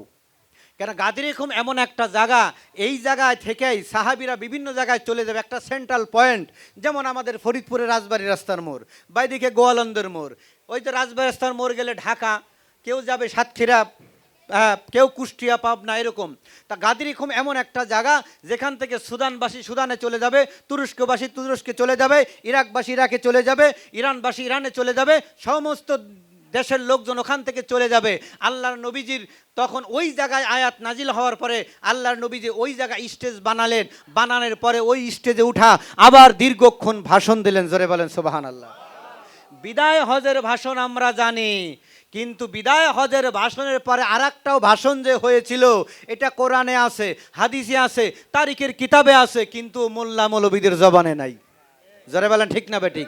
যাও দুই একজন আশেকে রাসূল, আশেকে আহলে বাইত বলে, এদেরকে আমরা শিয়া ফতোয়া দিয়া দামায় রাখার চেষ্টা করি, ঠিক না বেঠিক? আল্লাহর নবীজি দীর্ঘক্ষণ ভাষণ দিলেন। ভাষণ দেওয়ার এক পর্যায়ে বললেন যে আমি কি তোমাদের জানের চাইতে প্রিয় নই? তখন সমস্ত সাহাবী, সোয়া লক্ষ সাহাবী, তারা সমচ্চরে বললেন ইয়া রাসূলুল্লাহ, হ্যাঁ আপনি আমাদের জানের চাইতে প্রিয়। তখন আল্লাহ নবীজি বললেন আমি কি তোমাদের মাওলা নই? তখন সমস্ত সাহাবীরা বললেন ইয়া রাসূলুল্লাহ, হ্যাঁ আপনি আমাদের মাওলা। আল্লাহর নবীজি এমন এক মাওলাহু ফা আলিউন মাওলা, জোরে বলেন সুবহানাল্লাহ। আমি যাদের মাওলা ছিলাম, কুনতু কুনতু মানে পাস্ট টেন্স, অতীত। আমি যাদের মাওলা ছিলাম আজ থেকে আলী তাদের মাওলা। জোরে বলেন সুবহানাল্লাহ। আমি যাদের মাওলা ছিলাম আজ থেকে আলী তাদের মাওলা। নবী যাদের মাওলা ছিলেন আলী তাদের মাওলা। তার মানে আল্লাহর নবীজি জাহিদিভাবে থাকতেই মাওলা আলীকে মাওলা ঘোষণা করে দিয়ে গেলেন, ঠিক না বেঠিক? মান কুনতু মাওলাহু, আমি যাদের মাওলা ছিলাম। এখন বলেন তো আমার নবী কাদের কাদের মাওলা ছিলেন? আমার নবী, মাওলা মানে অভিভাবক, মাওলা মানে নেতা। আমার নবী তো আদমেরও মাওলা, ঠিক না বেঠিক? ইব্রাহিমেরও, সাহাবীদের কথা পরে আসি, ইউসুফ নবীরও, ইয়াকুব নবীরও, ইসমাইল নবীরও, জোরে বলেন, নূহ নবীরও, শীষ নবীরও, ঈসা নবীরও, মুসা নবীরও। তাহলে এইবার ভালো করে শোনেন, আমার নবী বললেন মান কুনতু মাওলাহু ফা আলিউন মাওলা, আমি যাদের মাওলা ছিলাম আলীও তাদের মাওলা। তার মানে বোঝা যায় আমার নবী আদমেরও মাওলা, সুতরাং আমার আলীও আদমেরও মাওলা। জোরে বলেন সুবহানাল্লাহ। কি আমার রসুলের কথা মিথ্যা নাকি? আমার রসুলের জবানের কথা মিথ্যা হইতে পারে? কিন্তু ভালো করে বুঝবেন, আমি যাদের মাওলা ছিলাম, আমার নবী কাদের মাওলা ছিলেন? সমস্ত কুল কায়নাতের মাওলা যদি আমার নবী হয়, সমস্ত নবীদের মাওলা বা নেতা ছিলেন আমার নবী। ঠিক মাওলা আলীকে আল্লাহর নবী ওই লকবটা দিয়ে গেলেন, ওই উপাধি, ওই নিয়ামতটা দিয়ে গেলেন। জোরে বলেন সুবহানাল্লাহ। এর একটা প্রমাণ পাওয়া যায় তাফসীরে বুরহানের মধ্যে।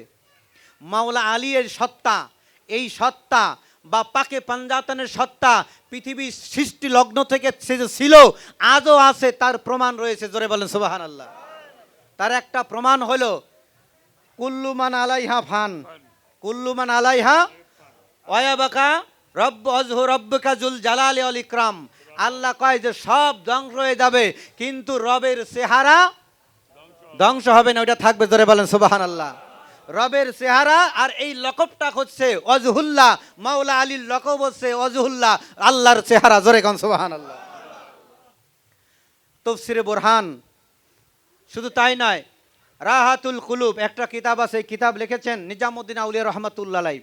ওই কিতাবের ভিতরে উল্লেখ করেছেন অতীতকালে যখন কোনো যুদ্ধ হইতো, কোনো নবীগণ যুদ্ধ করতেন, তখন মাওলা আলীর উসিলা গ্রহণ করতেন। জোরে কোন সুবহানাল্লাহ। শুধু তাই নয়, হযরত দাউদ আলাইহিস সালাম ওনাকে আল্লাহ বললেন যে তুমি বর্ম বানাও লোহাকে নরম করে। এই লোহা নরম হয় না, লোহা নরম হয় না। আপনারা জানেন যে দাউদ আলাইহিস সালামকে একটা মজিদা দান করেছেন, কি লোহা ধরলে নরম হয়ে যাইতো। এই মজিটা কোথার থেকে আসলো? নিজামুদ্দিন আউলিয়া রহমাতুল্লাহ আলাইহি উল্লেখ করেন রাহাতিল কুলুব কিতাবের ভিতরে, যে যখন বর্ম বানাবেন দাউদ আলাইহিস সালাম, বর্ম এই লোহা নরম হয় না, তখন আল্লাহ পাক ডাক দেয়া বলেন, ও দাউদ তুমি আমার নবী পরিবারের, শেষ নবীর পরিবারের একজন সদস্য, তার একজন সহচর, তার নাম হলো আলী। এই আলীর নামকে স্মরণ করে লোহায় হাত দাও, দেখবা লোহা নরম হয়ে গেছে। দাউদ আলাইহিস সালাম মাওলা আলীর নাম স্মরণ করে যখন হাত রাখলেন লোহায়, ওই লোহা নরম হয়ে গেছে। জোরে কোন সুবহানাল্লাহ। এই জন্য তো দাউদ নবীরও মাওলা মাওলা আলী। জোরে কোন সুবহানাল্লাহ। অনেকে আমাকে শিয়া বলবে, আমি কিন্তু নবীর মর্যাদা খাটো করি নাই। খাটো করছি নাকি? আমার নবী তো শেষ নবী, আনা খাতামুন নবিয়্যিন নাবিয়্যিনা লা নবী আবাদি। আমার নবীর পর আর কোনো নবী আসবে না, তিনি শেষ নবী। এই শেষ নবী মাইনেই তো আমরা আহলে বাইতকে ভালোবাসি, ঠিক না বে ঠিক? অনেকে ফতোয়া দিবে আলীর নবী মানছে, নাউজুবিল্লাহ মিন জালিক। আমরা মানি নাই, তোমাদের ধারণা, তার মানে তোমরাই মানতে চাও, ঠিক না বে ঠিক? জোরে বলেন ঠিক না বে ঠিক? তাফসীরে বুরহানের মধ্যে আসছে, অতীতকালে যখন দুনিয়াতে মানুষ সৃষ্টির আগে জিন জাতি ছিল, এই জিনদের জাতির মধ্যে 12টা জিন তারা পৃথিবী সফর করতেছিল। সফর করতে করতে মক্কায় আসে। মক্কায় একটা খেজুর বাগানে বেয়াদবি করার কারণে কোনো এক ব্যক্তি আইসা তাদেরকে ওই খেজুর গাছের সাথে 12টা জিনকে হাত দিয়ে হাত এভাবে বাঁধে রাখে। তা জিনের জাতির শেষ হয়ে যাওয়ার পরে যখন আদম নবী দুনিয়াতে আসলেন, আদম নবী ঘুরতে ঘুরতে ওই খেজুর বাগানে যা গেলেন, বললেন, জিনেরা বললেন, আপনি মনে হয় আদম নবী, আদি পিতা, আপনি যদি দয়া করে আমাদের বান্ধনটা খুললেন। আদম আলাইহিস সালাম ওই বান্ধনের কাছে গিয়ে বললেন, এই যে আমার দ্বারা সম্ভব না, এটা আমার কাজ না, তোমরা আমার পরবর্তী পয়গম্বর শীষ নবীর সাথে একটু যোগাযোগ করো। বাইন্দা দিয়ে গেল একজন। আদম নবী আয়েশা বললেন, এটা খোলার কাজ আমার না, আমার পরবর্তী পয়গম্বর শীষ নবীর কাজ জিজ্ঞাসা করো। অনেক লম্বা কাহিনী।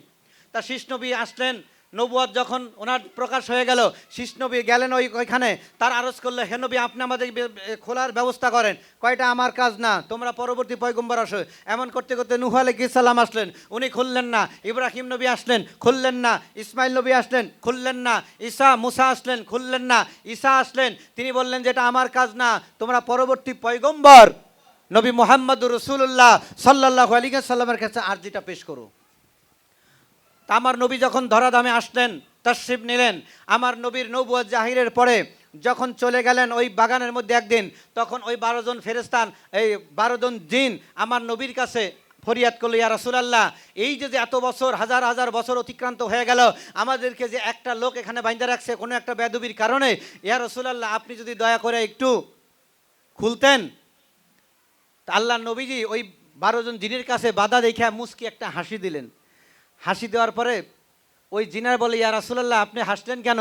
বলে, যিনি বাঁধছেন তিনি এসে খুলবেন। জোরে কোন সুবহানাল্লাহ।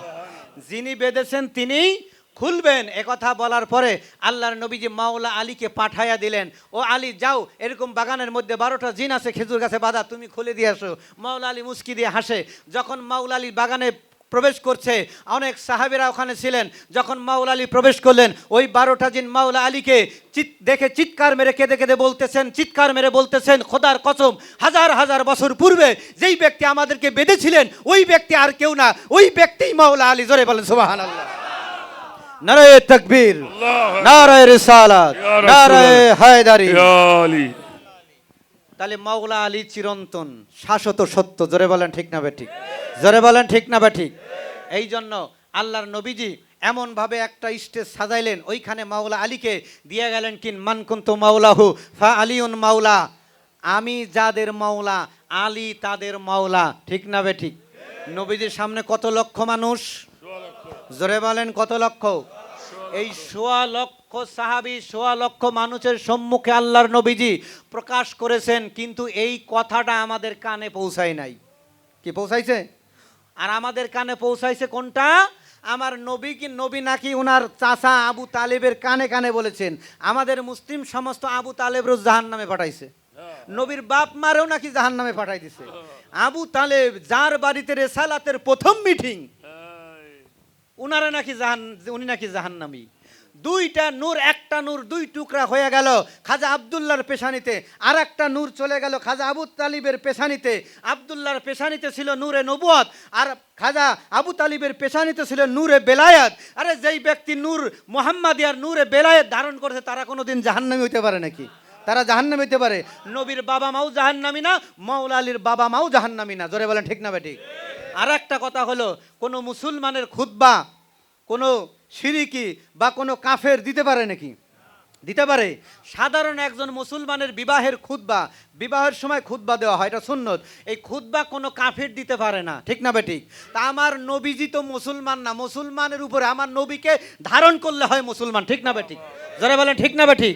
আমার নবী তো মুসলমানের আরো উপরের মাকাম। জোরে বলেন ঠিক না বেঠিক? কারণ আমার রসুলের উপরে ঈমান আনলে হয় ঈমানদার মুমিন মুসলমান, ঠিক না বেঠিক? তাই সেই রসুলুল্লাহর বিবাহের খুতবা দিয়েছেন খাজা আবু তালিব, ওনাকে বানাইছে আমরা জাহান্নামী। নাউজুবিল্লাহ বলেন। আরো অনেক আলোচনা আছে খাজা আবু তালিবের এই জান্নাতির বিষয়ে, ওদিকে আমি যাব না। তা খাজা আবু তালিব আল্লাহর নবীজি, সেই খাজা আবু তালিব তার কানে কানে নাকি আমার নবী বলেছিলেন যে চাচা আপনি কালেমা ভরবেন, খোদার কসম সকলের আগে আপনার বেচতে নেব। কিসে কিসে কইছিল? কানে কানের খবর দুনিয়ার সব মোল্লাই জানে, এমন কোন মোল্লা নাই অস করে নাই। আর ১৬ লক্ষ সাহাবীর সম্মুখে নবীজি ঘোষণা করেছেন মান কুনতু মাওলাহু ফা আলিউন মাওলা। অন্য হাদিসে আসছে মান কুনতু মাওলাহু ফা হাজা আলিউন মাওলা। আমি যাদের মাওলা ছিলাম আলী তাদের আজ থেকে মাওলা। ১৬ লক্ষ মানুষের সামনে যা বলেছে ওইটা কানে পৌঁছায় নাই, তার মানে বোঝা গেল এই ১৪০০ বছর ধরে আমরা চক্রান্তের মধ্যে আছি। জোরে বলেন ঠিক না ঠিক? কানে কানের গল্প মোল্লার কানে পৌঁছাইছে, আর ১৬ লক্ষ মানুষের সামনে যেটা বলছে ওইটা পৌঁছায় নাই, তার মানে পৌঁছাইছে ঠিকই, ওটা গ্রহণ করে নাই, ঠিক না ঠিক? যারা বলেন ঠিক না ঠিক? এই জন্য বাবারা বন্ধুরা আমার, মাওলা আলীকে এরপরে আর একটা 10 মিনিটের মধ্যে শেষ করব। এরপরে হাদিসের এরপরের অংশ আল্লাহুম্মা ওয়ালেমান আলাহু যখন ঘোষণা করলেন মান কুনতু মাওলাহু ফা আলিউন মাওলা, তারপরে কি করলেন? হযরত আবু বকর সিদ্দিক ওমর রাদিয়াল্লাহু আনহু উন্ডা সর্বপ্রথম বাক্কিন বাক্কিন ইয়া আবু তালিব, বাক্কিন বাক্কিন ইয়া আলী ইবনে আবু তালিব, অর্থাৎ স্বাগতম স্বাগতম, খুশি প্রকাশ করলেন। যখন খুশি প্রকাশ করলেন, সমস্ত সাহাবীরা যখন মাওলা আলীকে মাওলা হিসেবে মেনে নিলেন, তখন আল্লাহ আয়াতে কারিমা নাজিল করলেন সূরা মায়েদার ৩ নম্বর আয়াত, আল ইয়াউমা আকমালতু লাকুম দীনাকুম ওয়া আতমামতু আলাইকুম নিমাতি ওয়া রাদিতু লাকুমুল ইসলামা দীনা। আজ তোমাদের নিয়ামত পরিপূর্ণ করলাম, দিনকে পরিপূর্ণ করলাম, ইসলামকে মনোনীত ধর্ম হিসাবে আজকে আমি প্রতিষ্ঠিত করলাম। জোরে বলেন সুবহানাল্লাহ। সুবহানাল্লাহ। তার মানে মাওলা আলীকে যখন মাওলা হিসাবে স্বীকার করলেন তখনই দিন পরিপূর্ণ হলো, ঠিক না ঠিক? মাওলা আলীকে যখন মাওলা হিসাবে ঘোষণা করলো, যখন মেনে নিলেন তখনই নিয়ামত পরিপূর্ণ হলো। যখন মাওলা আলীকে মাওলা হিসাবে সবাই স্বীকার করে নিলেন তখনই ইসলাম পরিপূর্ণতা লাভ করলো। জোরে বলেন ঠিক না ঠিক? তাহলে আল্লাহর ঘোষণা কি ছিল? ইয়া ইউহা রাসূল বাল্লিগ মা উনজিলা ইলাইকা মির রাব্বিক ওয়া ইল্লাম তাফআল ফামা বাল্লাগতা রিসালা। হে রাসূল, আপনার রবের পক্ষ থেকে যা নাজিল হয়েছে ওটা প্রচার করেন, যদি প্রচার না করেন আপনার রিসালাত পরিপূর্ণ হবে না। এই আয়াতের পরিপ্রেক্ষিতে আল্লাহ নবী প্রচার করলেন কি? মান কুনতু মাওলাহু ফা আলিউন মাওলা, আমি যাদের মাওলা ছিলাম আলী তাদের মাওলা। তার মানে আলীকে মাওলা না মানলে ওয়া ইল্লাম তাফআল ফামা বাল্লাগতা রিসালা, রিসালাত অর্থাৎ ইসলাম পরিপূর্ণ হয় না। জোরে বলেন ঠিক না ঠিক? এই জন্য আমার আল্লাহ বলেছেন উদখুলু ফিস সিলমে কাফা, তোমরা পরিপূর্ণ মানে সিল মানে হলো নিরাপদ দরজা, এই সিলমের মধ্যে প্রবেশ করো। আর এই সিলম কি? এই সিলমের নাম হচ্ছে মাওলা আলী। জোরে বলেন সুবহানাল্লাহ। এই জন্য আমার নবী বলেছেন আলিউন বাবে হিত্তা, আলী হলো ক্ষমার দরজা, নিরাপদ দরজা, আলী হলো আরামের দরজা, পরিত্রাণের দরজা। যারা এই দরজায় প্রবেশ করবে, মান দাখিলা, যারা প্রবেশ করবে মুমিন তারাই হবে মুমিন, আর যারা মাওলা আলী নামক দরজায় প্রবেশ করবে না তারা হবেন কাফেরা, তারা হয়ে যাবে কাফের। জোরে কন নাউজুবিল্লাহ। তাহলে মাওলা আলীকে মাওলা হিসেবে ঘোষণা করা এটা কি আল্লাহর হুকুম না নবীর হুকুম? আল্লাহর হুকুম। এই আয়াতের ব্যাখ্যা করতে গিয়া আল্লামা আলুসি বাগদাদি এই আয়াতের ব্যাখ্যা করতে গিয়ে আল্লামা ফখরুদ্দিন রাজি তফসিরে কবিরের মধ্যে, আল্লামা কাজী সানাউল্লাহ পানিপতি তফসিরে মাজহারির মধ্যে, আল্লামা জালালউদ্দিন সৈয়ুতি তফসিরে দুররে মনসুরের মধ্যে সূরা মায়দার 67 নম্বর আয়াতের ব্যাখ্যা করতে গিয়ে হযরত আব্দুল্লাহ ইবনে মাসউদ রাদিয়াল্লাহু আনহু বলেন যে রেসালাতের জামানায় আমরা সাহাবীরা এই আয়াতটা মাওলা আলীর নাম সহ পাঠ করতাম। জোরে কোন সুবহানাল্লাহ। আমরা এইভাবে পাঠ করতাম, ইয়া আইয়ুহার রাসূল বাল্লিগ মা উনজিলা ইলাইকা মির রাব্বিক আন্না আলিয়ান মাওলাল মুমিনিন ওয়া ইল্লাম তাফআল ফামা বাল্লাগতা রিসালা। হে রাসূল, আপনার রবের পক্ষ থেকে যা নাজিল হয়েছে ওহাই প্রচার করেন, নিশ্চয় আলী হলেন মুমিনদের মাওলা। যারা না মানবে, যদি এই কথা প্রচার না করেন, তাহলে রেসালাত পরিপূর্ণ হবে না। সুতরাং রেসালাত ইসলাম পরিপূর্ণতা লাভ করলো তখনই যখন সকলে মাওলা আলীকে মাওলা হিসাবে মেনে নিলেন। জোরে বলেন ঠিক না ব্যাটি? আজও যদি কেউ মাওলা আলীকে মাওলা হিসেবে না মানে, সে কোনোদিন প্রকৃতপক্ষে মুসলমান হইতে পারে? জোরে বলেন পারে? কারণ আল্লাহ রসুলের জবান দিয়ে আল্লাহ যেই কথা বলে দিয়েছেন যে এই ইসলামটা পরিপূর্ণ হইল, দিন ইসলাম প্রতিষ্ঠিত হইল মাওলা আলীর মাওলায়াত ঘোষণা এবং স্বীকারের মাধ্যমে। সুতরাং মাওলা আলীর মাওলায়াত ঘোষণাটা প্রচারও করতে হবে এবং স্বীকারও করতে হবে। ঠিক না বেঠিক? জোরে বলেন ঠিক না বেঠিক? এরপর আল্লাহ নবীজি কি বললেন? আল্লাহ নবীজি মাওলা আলীর আম্মা মানে রাসূলুল্লাহ সাল্লাল্লাহু আলাইহি ওয়াসাল্লাম ফি ইয়াউমে গাদির, যখন মাওলা ঘোষণা হয়ে গেল, হয়ে যাওয়ার পরে নবীজি একটা পাগড়ি আইনা মাওলা আলীর মাথায় পরাইয়া দিলেন। জোরে কোন সুবহানাল্লাহ। এই যে তরিকতের মধ্যে যখন কোন মুর্শিদ তার মুরিদকে বেলায়াত দেয়া যখন খলিফা নিযুক্ত করেন, এই যে পাগড়ি পরাইয়া দেওয়া শুরু হইল। জোরে কোন ঠিক না বেঠিক? এমনি এমনি তো আসে নাই। জন্মদিন মারহাবা মারহাবা মারহাবা, ঠিকই তো। ওলি আল্লাহদের জন্মদিনে এইটা। যে ফির ঈদে গাদির মানে না, গাদির পালন করে, ও তো ফিরি না। ঠিক না বেঠিক? শোনেন, এইবার আল্লাহ নবী কি দোয়া করলেন? আল্লাহুম্মা ওয়ালিমান ওয়াদাহু, আল্লাহুম্মা ওয়ালিমান ওয়ালাহু ওয়া আদিমান আদাহু, আল্লাহুম্মা ওয়ালিমান ওয়ালাহু। এরপর আল্লাহ নবী দোয়া করলেন, আল্লাহ আপনি তাকে ওলি বানায়া নেন যে আমার আলীকে বন্ধু বানায়। জোরে গান সুবহানাল্লাহ। তাহলে জগতে ওলি কারা? যাদের অভিভাবক মাওলা আলী, তারাই জগতে ওলি। যে পীরের সাথে মাওলা আলীর যোগাযোগ নাই, ও কোনো ওলি না। ওই পীরের দরবারে লক্ষ লক্ষ বদনা থাকতে পারে, কিন্তু বেলায়েত নাই, ওই পীরের বেলায়েত নাই। খোদার কসম, কেন আমার নবী দোয়া করছেন আল্লাহুম্মা ওয়ালিমান ওয়ালাহু, ওলি হবে তারাই যারা আলীকে ওলি বা অভিভাবক বানাবে। সুতরাং যেই পীরের সাথে আলীর সম্পর্ক আছে, ওই পীর ওলি, ওই পীরের বেলায়েত আছে, ওই পীরের কাছে গেলে মুরিদও বেলায়েত পাবে। কেন? সমুদ্র, মাওলা আলী হচ্ছেন বেলায়েতের সমুদ্র। ঠিক না বেঠিক? সমুদ্রের সাথে যেই নদীর সম্পর্ক থাকে, ওই নদীতে পানি আসে। ঠিক না বেঠিক? যেই নদীর সাথে যেই খালের সম্পর্ক আছে, ওই খালে পানি আসে। এখন খালের সম্পর্ক যেই নদীর সাথে আছে, ওই নদীর সম্পর্ক তো সমুদ্রের সাথে নাই। ঠিক না বেঠিক? তা মাওলা আলী হচ্ছেন বেলায়েতের মহাসমুদ্র। এই মহাসমুদ্রের সাথে যার সম্পর্ক থাকবে, যেই পীরের, ওই পীরের বেলায়েত আছে, ওই পীর আল্লাহর ওলি। ঠিক না বেঠিক? আর যে পীরের সাথে মাওলা আলীর সম্পর্ক নাই, ওই পীর যাই নামাজ ওই নদীর ভিতরে বিছায় নামাজ আবার 5 ওয়াক্ত পড়ুক, ওলি হবে না। ঠিক না বেঠিক? আর যেই পীরের মুরিদ একেবারে অল্প, কিন্তু মাওলা আলীর সাথে বেলায়েত আছে, ওই মহাসমুদ্রের সাথে ওই নদীর যোগ আছে, ওই নদীতে বেলায়েত আছে। ঠিক না বেঠিক? ওই পীরের বেলায়েত আছে, আর ওই পীরের কাছে মুরিদ হইলে ওই মুরিদও বেলায়েত পাবে। ঠিক না বেঠিক? একটু দরুদ শরীফ পড়ি। আল্লাহুম্মা 5 মিনিট 5 মিনিট আমি একটা বই আনছি, দুইটা ঘোষণা দিই। ওয়া আলা আলি সাইয়্যিদিনা।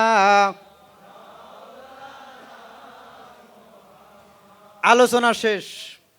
এই জন্য খাজা গরিব নিওয়াজ বলেছেন, যদি হক পেতে চাও, সত্য পেতে চাও, আলীর দরজায় কোরআন আরো। কোন জায়গায়? যদি আলীর দরজায় না পাও, তাহলে যারা আলীর দরজায় কোরআন আনছে, যাদের সাথে আলীর দরজার সম্পর্ক আছে, তাদের কাছে যাতায়াত করো। কেন? মুমিন ছাড়া আলীর দরজায় কেউ যায় না। জোরে কোন সুবহানাল্লাহ। এই জন্য এই দরবারে কোরআন আনবেন, আলীর দরজায় চলে যাবে। জোরে কোন ঠিক না বেঠিক? কেন? এই দরবারের যোগাযোগ সংযোগ মাওলা আলীর সাথে আছে না নাই? জোরে বলেন আছে না নাই? সাজদা শরীফ দেখেন খুলে, কি ঠিক না বেঠিক? এই জন্য আলীর সিলসিলা আমাদের দাখিল হইতে হবে এবং মাওলা আলীর আলোচনা করতে হবে। আল্লাহ তৌফিক দান করেন, সকলে বলে আমিন। কয়েকটা কিতাব নিয়ে আসছি। বাংলাদেশে এই বইটা সর্বপ্রথম আমিই লিখেছি গাদিরের উপরে। তাছাড়া কোনো সুন্নি আলেম এই গাদির নিয়ে করে না, গবেষণা করে না। কেন গবেষণা করলে যে শিয়া, আমার মোটামুটি বাংলাদেশে বহু অনেক বড় বড় জায়গা থেকে শিয়া ফতোয়া দিছে, আলহামদুলিল্লাহ। এখন সম্মান কমছে না বাড়ছে? হ্যাঁ, বহু জায়গা থেকে বেদাতি ভণ্ড কত কিছু। ভণ্ড কাকে বলে? ভণ্ডের আরবি হচ্ছে মুনাফিক। মুনাফিক ভণ্ডের আরবি কি? জোরে বলেন, ভণ্ডের আরবি কি? আর ভণ্ডের সংজ্ঞা তো রসুল দিয়েছেন। কি সংজ্ঞা দিয়েছেন? কি সংজ্ঞা দিয়েছেন? তিরমিজি শরীফ কিতাবুল মানাকিব আলীর মধ্যে হাদিস, আল্লাহ নবীজি বলেন, লা ইউহিব্বুকা ইল্লা মুমিনুন ওয়া লা ইয়াবগাদুকা ইল্লা মুনাফিকুন। ও আলী, যারা তোমাকে ভালোবাসবে তারা মুমিন, আর যারা তোমার শত্রুতা করবে তারা হলো ভণ্ড। ভণ্ডের আরবি কি? মুনাফিক। ভণ্ডের আরবি কি? তা রসুল বলেছেন যারা আলীর দুশমন তারা হলো ভণ্ড, আমরা ভণ্ড না। ঠিক না ঠিক? রসুল বলে না যে নামাজ না পড়লে ভণ্ড, রোজা না রাখলে ভণ্ড। আর একটা কোরআন আয়াত আমার মনে পড়ছে, একটু সময় দেওয়াই লাগবে, এটা না করলে হবে না, না বললে হবে না। সালা সাইলুম বিআজাবি ওয়াকি, সূরা মারিজ আয়াত নম্বর 1, ভালো করে মুখস্থ করবেন। সালা সাইলুম বিআজাবি ওয়াকি, সূরা মারিজ আয়াত নম্বর 1। এক ব্যক্তি আযাব চাইলো, নির্ধারিত ছিল, আল্লাহ তার আযাব দিল। এই আয়াতটা তফসিরে সালাবির মধ্যে ইমাম সালাবি উল্লেখ করেছেন। গাদিরে ঘুম থেকে যখন আল্লাহ নবীজি আসলেন, নোমান ইবনে হারিস কেহরি এক মুনাফিক ছিল। এই মুনাফিক আমার নবীর এসে বলল যে, হে মোহাম্মদ, আপনি কালেমা আনছেন, আমরা মানছি। রোজা নামাজের কথা কইছেন, মানছি। রোজার কথা কইছেন, হেটাও মানছি। হজের কথা কইছেন, মানছি। জাকাতের কথা কইছেন, মানছি। আপনি তারপরেও খানতন নাই। শুনলাম 18 জিলহজ আপনি আপনার চাচাতো ভাই আলীকে নাকি মাওলা ঘোষণা করছেন। কয়, হ্যাঁ করছি। আপনার নিজের কাছ থেকে না আল্লাহর হুকুমে? নাউজুবিল্লাহি মিন জালিক। আমার নবীরা কি আল্লাহর হুকুম ছাড়া কোনো কথা বলেন? আল্লাহ নবীজি একটু জালালি মেজাজ গরম হয়ে গেলেন, বললেন যে না, এটা আল্লাহর হুকুমে বলেছি, আমার নিজের পক্ষ থেকে। এর পরেও এই মুনাফিক বিশ্বাস করে না। কয়, যদি আপনার কথা সত্য হয় তাহলে আসমান থেকে যেন আমার উপরে গজব নাজিল হয়। কথাটা বুঝছেন নি? এই মুনাফিক কি বলল যে, আপনি কালেমার কথা কইছেন, মানছি। নামাজ, রোজা, হজ, যাকাত সবই মানছি, কিন্তু মাগার আলীরে মানি নেই। কথাটা বুঝছেন নাকি? সুতরাং নামাজ না পড়লে মুনাফিক হয় না, রোজা না রাখলে মুনাফিক হয় না, যাকাত না দিলে মুনাফিক হয় না, হজ না করলে মুনাফিক হয় না, আলীকে না মানলে মুনাফিক হয়ে যায়। জোরে বলেন ঠিক না ঠিক? জোরে বলেন ঠিক না ঠিক? সুতরাং আলীকে মানতে হবে। আল্লাহুম্মা আদিরিল হাক্কু মাহু হাইসুদার। আল্লাহ নবী ডাক দেখায়, আল্লাহ আপনি হককে, সত্যকে ওই দিকে ঘোরাই দিবেন, আলী যেদিকে ঘুরে। জোরে কোন সুবহানাল্লাহ। রেসালাতের জামানায় নবী যেই দিক, কোরআন ওই দিক, আর বেলায়েতের জামানায় আলী যে দিক, হক ওই দিক। হককে আপনারা খুঁজবেন না, আলীকে খুঁজেন। কেন? হক যেদিকে, আলী যেদিকে, হক ওই দিকে। সুতরাং আলীকে পাইলে হক পেয়ে যাবে। ঠিক না ঠিক? জোরে বলেন ঠিক না ঠিক? আল্লাহ আমাদের কবুল করুন, সকলে বলেন আমিন। এই কিতাবুল গাদির খুম কোরআনের কোন কোন তাফসিরে আছে? প্রায় 55টার উপরে কাছাকাছি হাদিস, 50টার উপরে 53টা হাদিস আমি দিয়েছি গাদির ঘুমের। এবং গাদির ঘুমের আপত্তি নিয়ে যারা কথা বলে, এটা পালন করা যাবে না, তার দাঁত ভাঙা জবাব আমি দিয়েছি। বইটার হাদিয়া 300 টাকা, কিন্তু আজকের মাহফিলের জন্য 250 টাকা হাদিয়া। আর একটা বই আছে আমার কাছে, গাদির ঘুম সম্পর্কে বাংলাদেশে এত নির্ভরযোগ্য দলিলাদিল্লা বই পাবেন না সুন্নি ওলামা একরামদের মধ্যে। একমাত্র আমি, ইনশাল্লাহ, এটা আরও কয়েক বছর আগে আমি এটা বের করছি, আপনারা নেবেন। আর একটা বই আছে আবে হায়াত। আমরা আবে হায়াত খুঁজি বাজান, অলি আল্লাহর দরবারে না গেলে আবে হায়াত পাওয়া যাবে না। পীরের গোলামি না করা পর্যন্ত আবে হায়াত পাওয়া যাবে। তার বিস্তারিত বিবরণ কোরআন হাদিস দিয়ে রয়েছে। এর মধ্যে হাক্কানি আলেম কারা, হাকিকতে আলেম কারা, এলেম কি জিনিস, তার বিবরণ রয়েছে এর বইয়ের ভিতরে। নিয়ে যাবেন, 200 টাকা হাদিয়া। আর একটা বই রয়েছে মারেফতের নিগুর তত্ত্ব, তরিকতের অনেক নিগুর তত্ত্ব রয়েছে, হ্যাঁ, যেগুলো আমি মোটামুটি ভাষায় বোঝানোর চেষ্টা করছি, আর বাকিগুলো বলেছি মুর্শিদের কাছ থেকে। কেন? তরিকতের এলেমটা হচ্ছে খেদমতের এলেম। এই জন্য আমাদের তালিমের কোনো বই কিতাব আকারে কোনো আল্লাহর ওলি ছাপাই নাই। কেন ছাপান না? এটা খেদমত করে মুর্শিদের কাছ থেকে নিতে হবে। তারপরে যতটুকু আকার ইঙ্গিতে আপনাদেরকে তথ্য দেওয়া যায় দিয়েছি। 250 টাকা হাদিয়া। আর একটা বই আছে 40 ফাতেহার বৈধতা। বর্তমানে এই ভাইরাসটা বেশি। বাপ মা মরে গেছে, হুজুর আরে মানুষ খায় লাভ নাই, ও মাদ্রাসায় দান করে দে। কে আছে না নাই? আমি কিন্তু 2টা মাদ্রাসা পরিচালনা করি, আমি মাদ্রাসার বিরোধিতা করি না, তবে যেটা সত্য কথা। রসুলের সাহাবীরা কি করতেন? যখন মানুষ মারা যাইতো, ইমাম সুয়ুতি উনি ওনার আল হাবিলিল ফতোয়া কিতাবের এই হাদিস উল্লেখ করেছেন। এই হাদিসটা উল্লেখ করেছেন, ইন্নাল মাউতা ইয়াফতানুনা ফি কুবুরিহিম সাবআ ফাকানু ইস্তাহিব্বুনা আইতুম আনহুম তিলকাল আইয়াম। সাহাবীদের যুগে মানুষ মারা গেলে 7 দিন পরে মানুষে খাবার খাওয়াইতো, জোরে সুবহানাল্লাহ। আর আমরা একদিন খাওয়াই, তাতে এত বেদাতি ফতোয়া। মাঝে মধ্যে চিন্তা করি সাহাবীরা যদি থাকতো কত যে বেদাতের ফতোয়া এই মোল্লারা দিত। মানুষ বললে 40 3 দিন 5 দিন 7 দিন করা যাবে, এ দলিল রয়েছে। 50 টাকা হাদিয়া। আর একটা বই রয়েছে আকাইদ মিলাদ কিয়াম ওয়াজ নসিহত শিক্ষা। আমাদের কি কি আকীদা পোষণ করতে হবে মাজার সম্পর্কে, ওলি আল্লাহ সম্পর্কে, নবী সম্পর্কে। বর্তমানে তো নবীরা আমাদের ভাইয়ের মতন বানাই ফেলাইছে, আছে না নাই? আছে না নাই? যা হোক, কি কি আকীদা আমরা রাখবো, আমাদের তরিকতপন্থী আকীদা এবং মিলাদ কিয়াম শিখবেন, তার বিষয় এখানে দেওয়া আছে। মিলাদ কিয়াম নিজেরাও করবেন, সন্তানদেরকে শিক্ষা দেবেন। কি রাজি আছেন না নাই? আছে না? আল্লাহু আকবার, হাত তোলে। আলহামদুলিল্লাহ, হাত নামান। এই 30 টাকা হাদিয়া যাদের দরকার হয় নেবেন। আর একটা নকশা রয়েছে, এটাকে বলা হয় নালাইন শরীফ আরবিতে, বাংলায় বলা হয় দয়াল নবীজির জুতা মোবারকের নকশা। এই নকশা যার কাছে থাকবে শত্রু তার ক্ষতি করতে পারবে না। দোকানে রাখবেন উন্নতি হবে, ক্যাশ বাক্সে রাখবেন টাকা চুরি হবে না, গাড়িতে রাখবেন অ্যাক্সিডেন্ট হবে না। কোনো বাড়িতে যদি স্বামী স্ত্রীর মধ্যে শুধু দ্বন্দ্ব চলেই থাকে, শান্তি নাই, নিয়ত করে রাখবেন। কোনো মা যদি ডেলিভারির সময় কষ্ট পায়, ডান হাতে দিয়ে রাখবেন, ইনশাল্লাহ ফল পাবেন। 20 টাকা হাদিয়া আমার ছাত্ররা আছে মাদ্রাসার, ওখান থেকে নিয়ে নেবেন। আর একটা আপনাদের কাছে আমি অনুরোধ জানাবো যে যারা আমার দয়াল, উনি আমাকে অনেক মহব্বত করেন, উনিও প্রচার করেন আলহামদুলিল্লাহ। তারপরে আমিও আসছি, আমি একটু বলে যাই। আমার ওখানে একটা মাদ্রাসা আছে, মাদ্রাসার নাম হলো মাদ্রাসায় আহলে বাইত। জোরে কান্না একটু মারহাবা। আর মাদ্রাসায় গেলেই আপনার সন্তান আহলে বাইতের কাতারে চলে আসবে, ইনশাল্লাহ মহব্বতের কাতারে চলে আসবে, ঠিক না বা ঠিক? এই মাদ্রাসায় যারা সন্তান পড়াবেন, এই মাদ্রাসায় পাঠাবেন।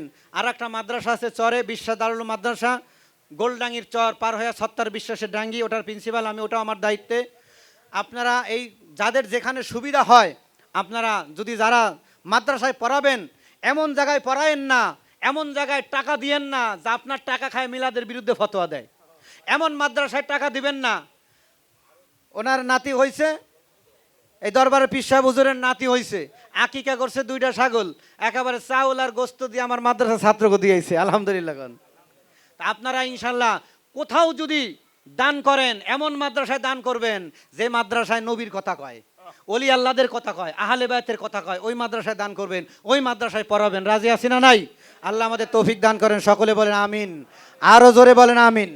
আমি বিদায় নিচ্ছি আজকের মতো। সকলকে ঈদের গাদির খুমের শুভেচ্ছা, ঈদ মোবারক। সকলে বলেন ঈদ মোবারক, ঈদ মোবারক, ঈদ মোবারক। শেষের বেলায় একটা ঈদ তাকবীর দিব। মোবারক। নারায়ে তাকবীর, আল্লাহু আকবার, নারায়ে রিসালাত, ইয়া রাসূলুল্লাহ, নারায়ে হায়দারি, ইয়া আলী। আমি বলবো নগর নগর গলি গলি, আপনারা বলবেন আলী আলী আলী আলী। নগর নগর গলি গলি, আলী আলী আলী আলী, নগর নগর গলি গলি, আলী আলী আলী আলী। আমা আলাইনা ইল্লাল বালাগ। আসসালামু আলাইকুম ওয়া রাহমাতুল্লাহি ওয়া বারাকাতুহু।